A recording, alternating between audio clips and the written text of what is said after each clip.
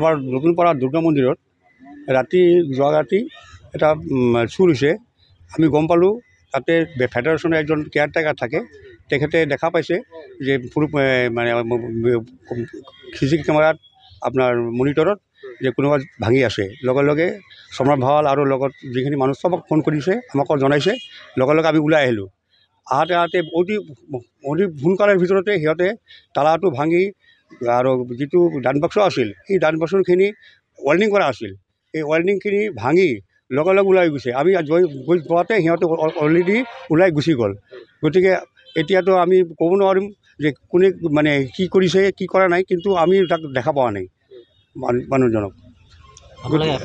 আমি FIR দিবলৈ আহিছোঁ পুলিচ থানাত। এতিয়া বৰ্তমান আমি পুলিচ থানাত আছোঁ।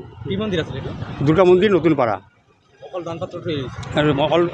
অনলি দান বাক্সটো চুৰ হৈছে, কিন্তু ৰাতিপুৱা আমি যেতিয়া মানে মন্দিৰৰ ভিতৰত সোমালোঁ, মানে পূজাৰী সোমাইছে, চালে মানে কোনো বস্তু লোৱা নাই, দান বাক্সটো লৈ গৈছে, তালা ভাঙি হৈ গৈছে। ইয়াৰ পূৰ্ব আগতে একবাৰ চুৰি হৈছিল, তাতে তেতিয়া মাৰ সোণ গণ চব লৈ গৈছিল।